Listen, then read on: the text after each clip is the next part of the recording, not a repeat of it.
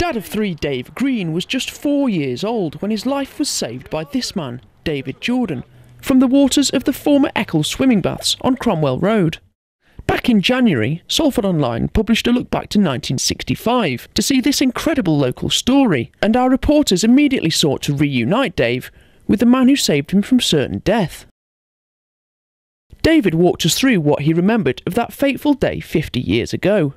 Coming in the baths, swimming along, all of a sudden saw a little body flopping up and down in the water, blew from there to there, and at the end of the day I thought, this isn't right, must do something about it.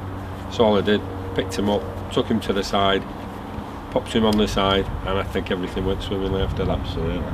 David turned out to be an extremely modest man when it comes to it, but he actually took quite a bit of tracking down. Coincidences came thick and fast. It emerged, for example, that both men had gone to exactly the same schools, and for the past 10 years David Jordan had been a first aid trainer with St John's Ambulance, even training Salford Online's news reporter Rob Siddall.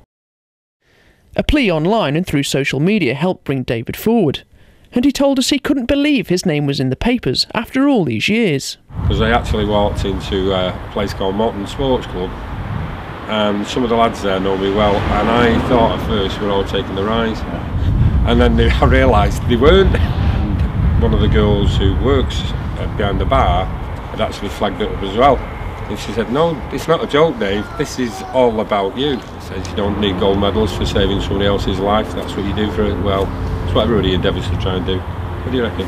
I totally agree with you, but the story that's blown me away, David, was your age at the time.